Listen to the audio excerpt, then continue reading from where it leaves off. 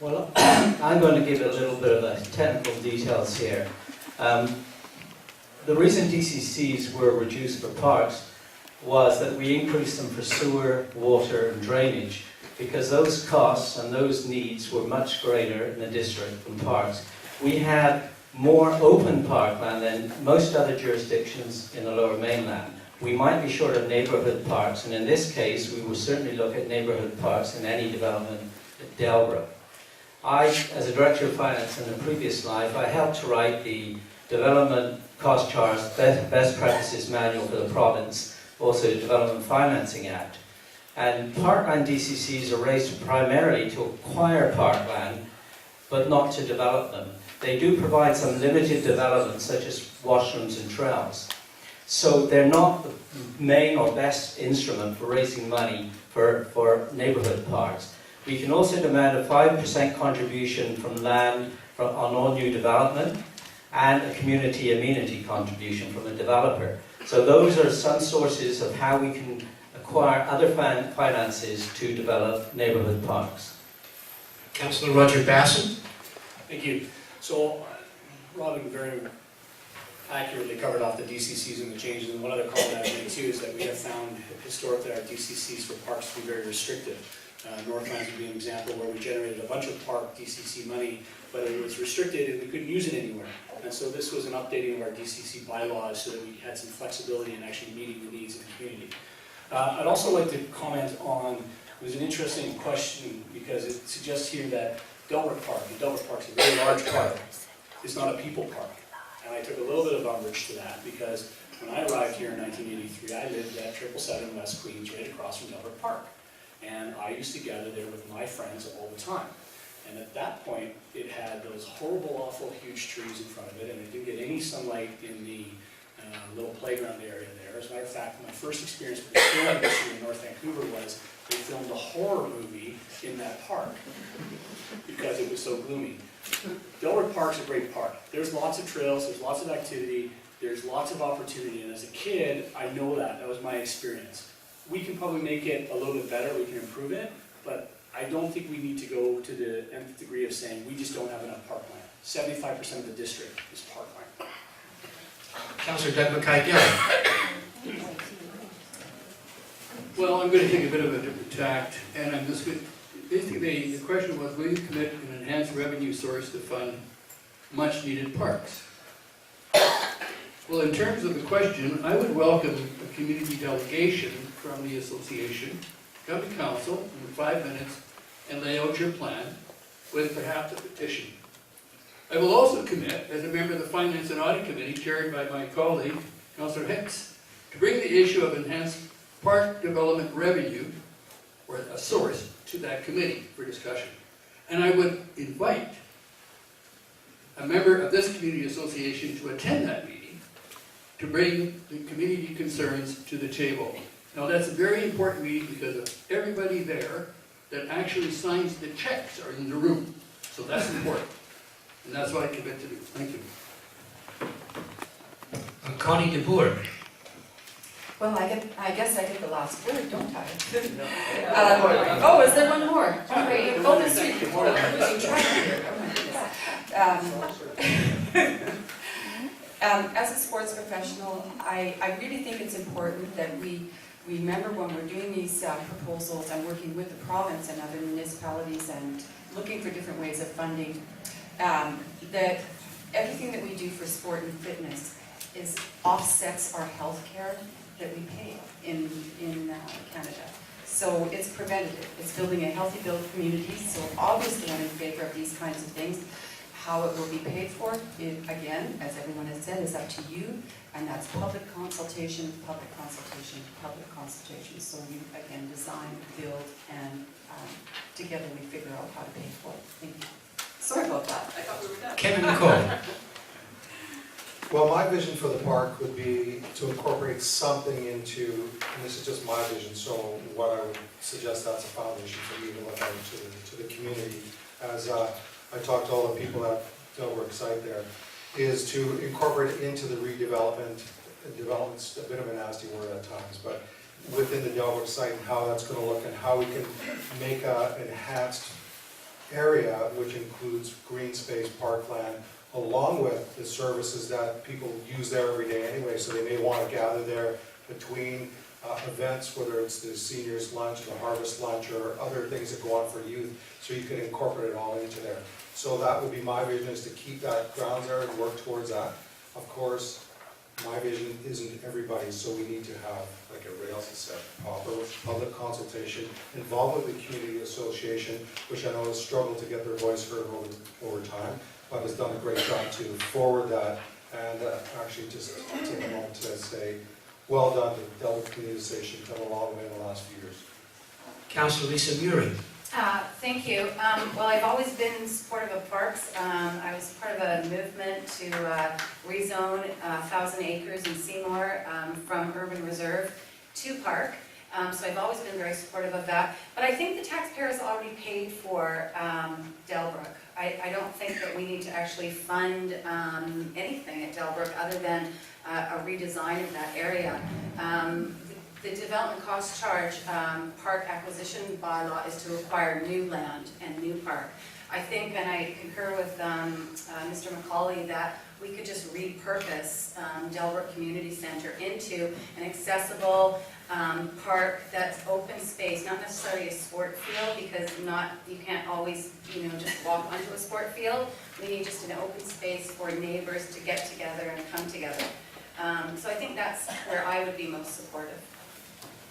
Hazen Colbert.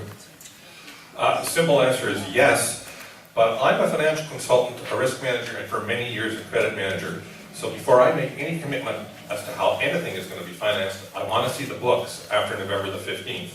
And then I want to hear from you. I want all of us to work together through a rather deep process of public consultation, including town halls, a series of town halls, not just one 2-hour public hearing.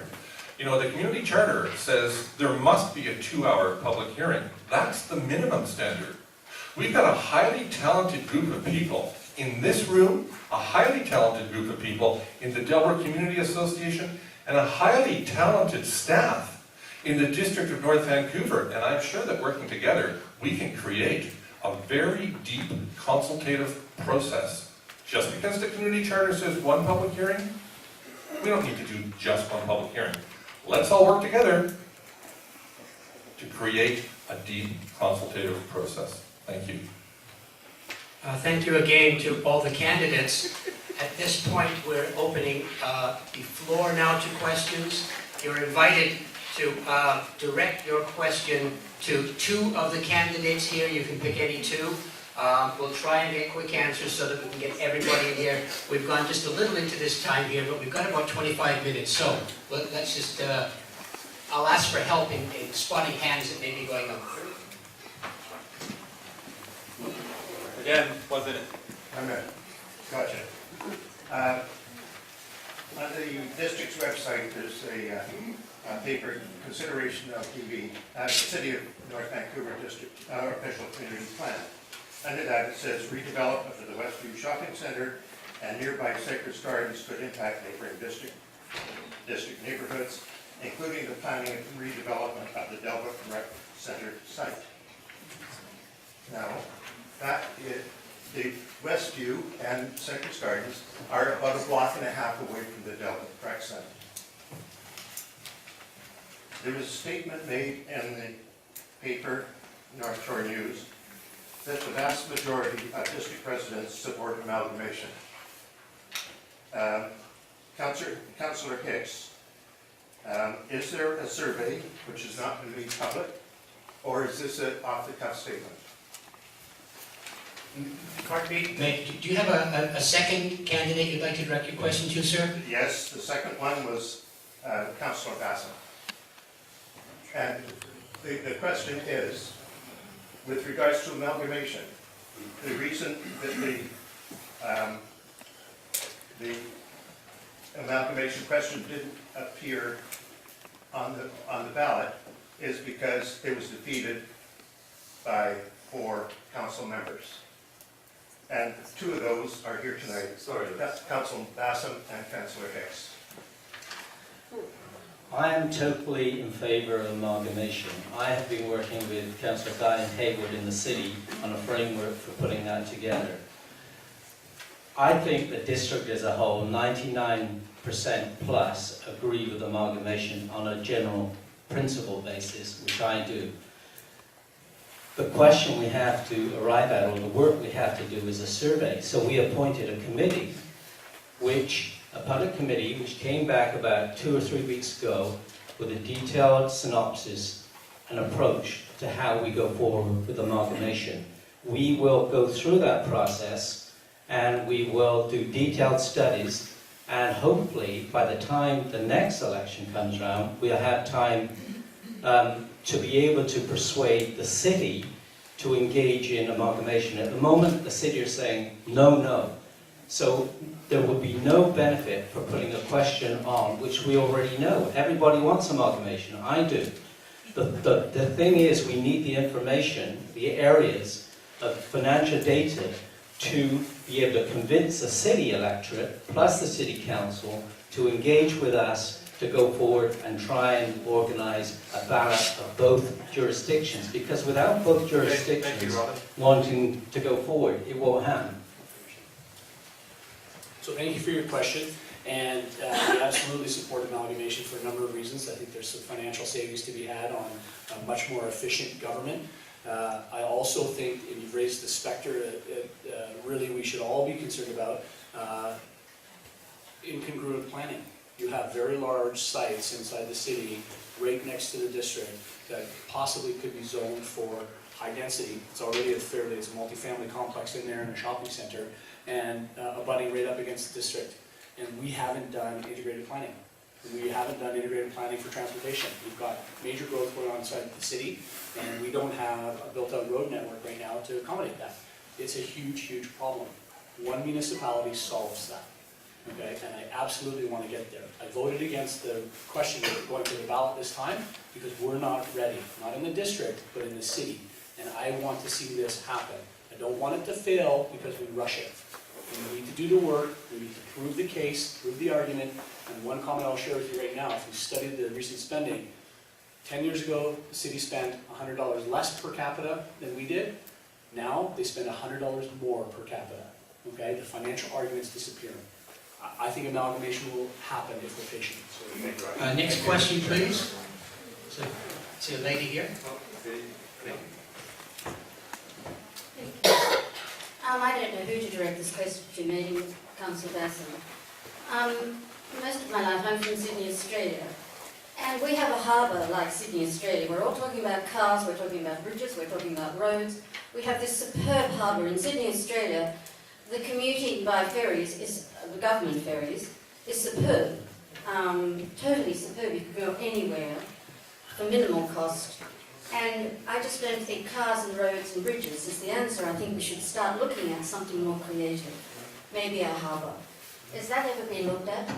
Excuse me, can you clarify who you're asking this question of, please? Well, we need a couple of other candidates who haven't spoken. Well, I don't know who directed to. I said Bassett. Perhaps, who we got? It looks like Connie de Boer wants to speak, and Glenn McKenzie. I'll answer you afterwards. I think that's a very good idea, because we do have a C-bus system, and in the new transportation plan that the mayors have put together, there is room and the concept of expanding that. So I think that's brilliant. I think we take advantage of what we have, is that transportation corridor that doesn't interfere with other things as much. So I think that's very good, and I'm very much in support of it.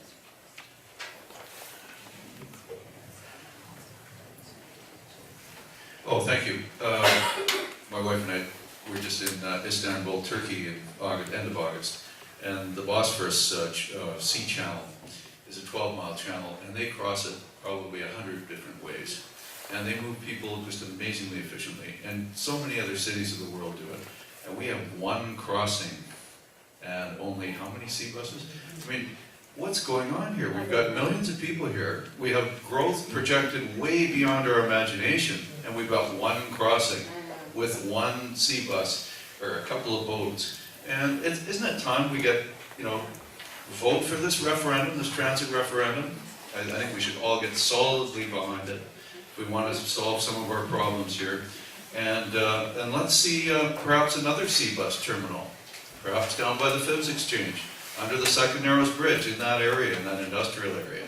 I mean, what's stopping us? We have this as the woman said, and I'd love to talk some more about it. Thank you.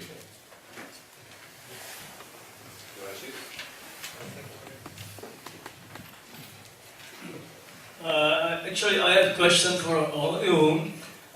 Topic is hot topic is traffic, of course, here. Why we have it is very simple. Present councils and previous councils on North Shore just screwed up because they let go developers to do their way.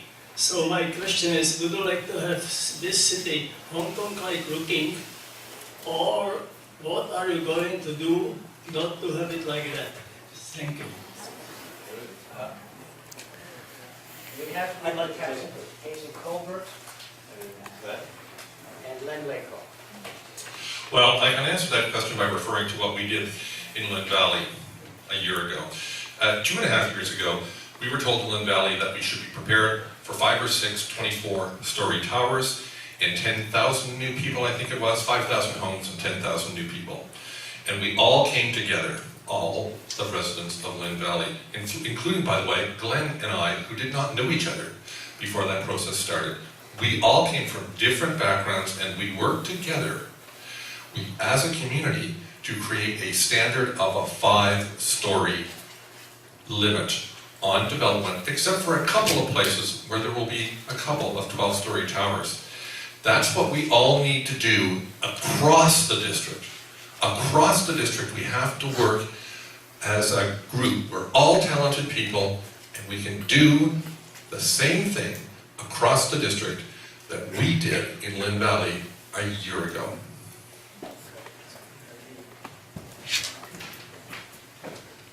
Thank you. I think that's a very relevant, important question. What we have to do is, we're getting these problems because we have a pro-development council. And those relationships and those arrangements are too cozy. And I think if we want to avoid what you described, let's have a more balanced council. Let's have some change on that council. And then I would remind you that the thing to do with development is to go slowly. And we're in all of these difficulties now because of the haste. And because people got carried away. It's the nature of bureaucracies in government to build, and build a structure for themselves and get things going. And sometimes they just lose sight of the big picture, and they have lost sight of the big picture. So what we have to do is go slow. If you visit my website, lenlakehawk.org, you'll find a researched essay amongst 8 research essays about the pace of development and what to do about it. Thank you. Go ahead. Next question.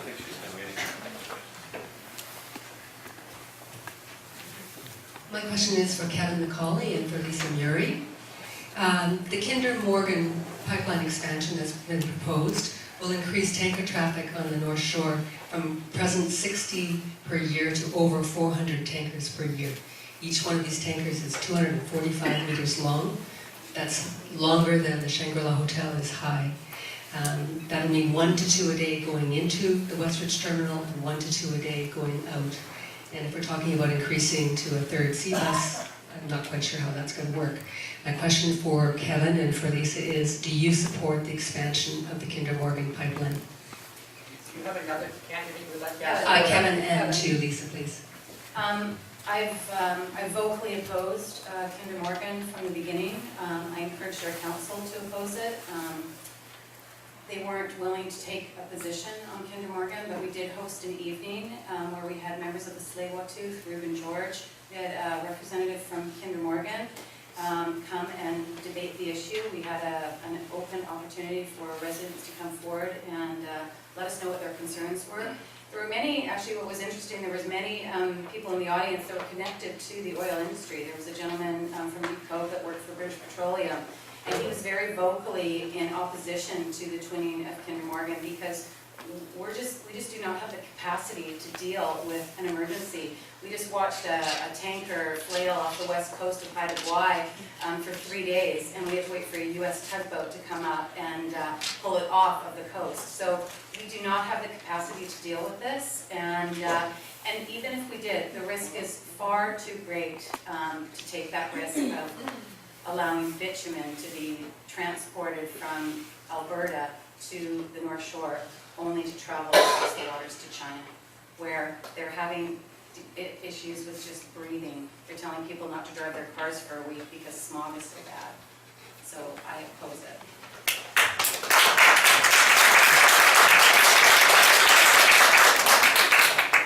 Well, I'm not in favor of it either, and for a slightly different reason, because the environmental reasons are fairly obvious to everybody and everybody talks about it. I didn't make it to the presentation the other day, but in Burnaby, one of the fire chiefs there was involved with the presentation. I got the notice for it. And the other thing we're not prepared for, the environmental and the impact of putting the lines in, what happens if there's an emergency of an explosive nature, a fire, that kind of emergency, not just the environment. We don't have the infrastructure to deal with any kind of major catastrophe. We have emergency plans in place, which are good for, and thank you to my friends in the fire service and all the volunteers in the valley of a flood of that nature.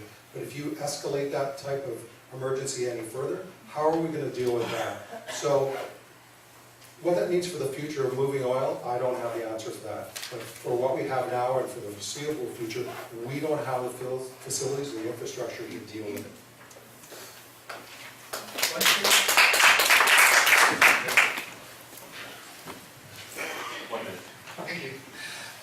Yeah, I'm running in the city, but I speak 42 times down at the public input down there, and I've come up to the district as well and spoken at least 22 times, maybe on next Monday.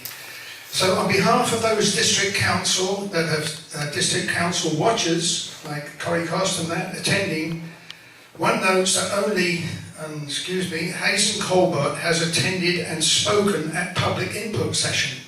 Why has no other, this is all for the non-incumbents, why has no other non-incumbent not attended and spoken on issues then and not just tonight? Perhaps the... Mr. Bond and Amelia Hill. I've been attending council meetings and I'm proud of this for multiple months. I have spoken at council meetings, more specifically on environmental issues. I spoke also about not that this is definitely relevant to the district particularly, but for the district to pressure other governments on the fact that we got rid of our Coast Guard, and that directly connects to the fact that we're talking about the pipeline and how we're not ready for a spill or any other sort of emergency. I have spoken. I am adamant that you take your time to speak and represent yourself at these meetings, and I have been there. Thank you.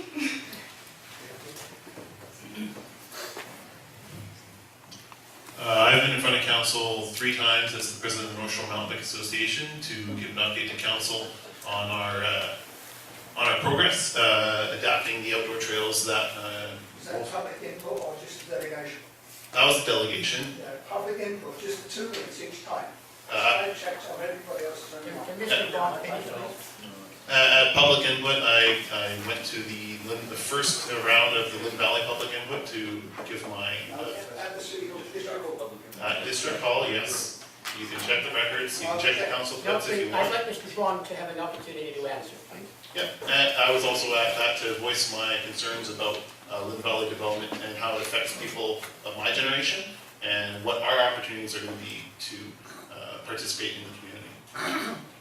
Also, if anyone doesn't know, you can view these things online, so if you don't have the time to actually go and spend 2 hours in front of the public meeting, you can sit at home and watch them online as well, so I do that as well. Maybe somebody who hasn't had a chance to ask a question. I see one in the back.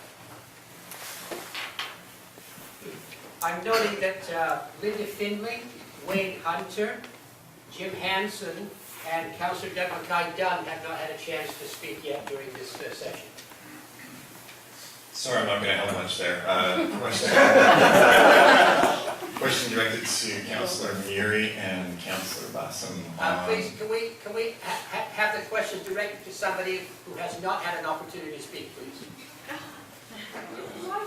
Next question, please. Let the man speak. Another question?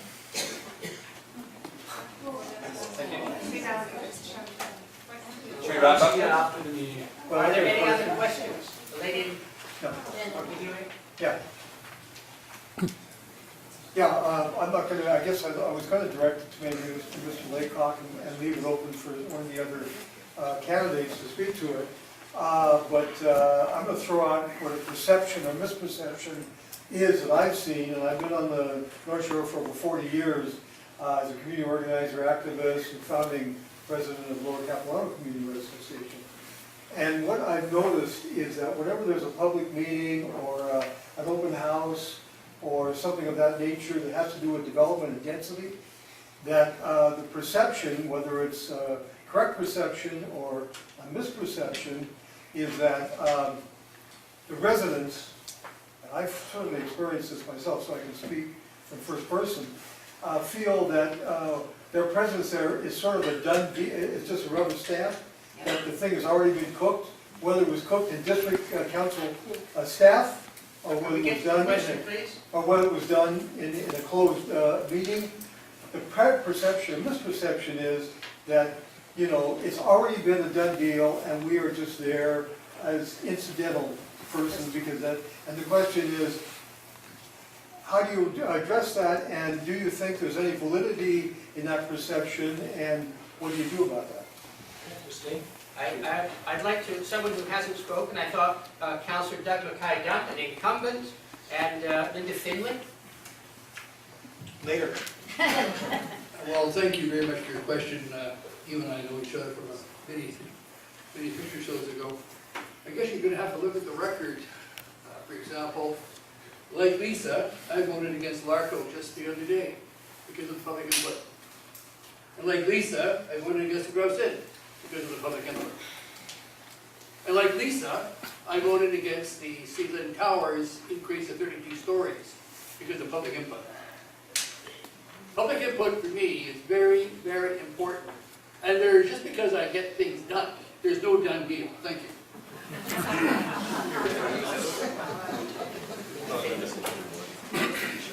Thank you for that question. Also, just to cover off the last gentleman's question, I've gone to council and spoken several times in the last 2 years, and it is on video. So, and if you look, my name is there. I just saw some of it today. I was speaking in favor of the Lynn Valley development.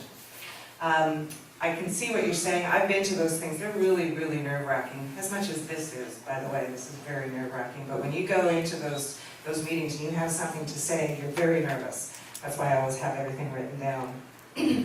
But I have to say that the Lynn Valley development, everybody got involved in that. There's about 6 of us running from the Lynn Valley area.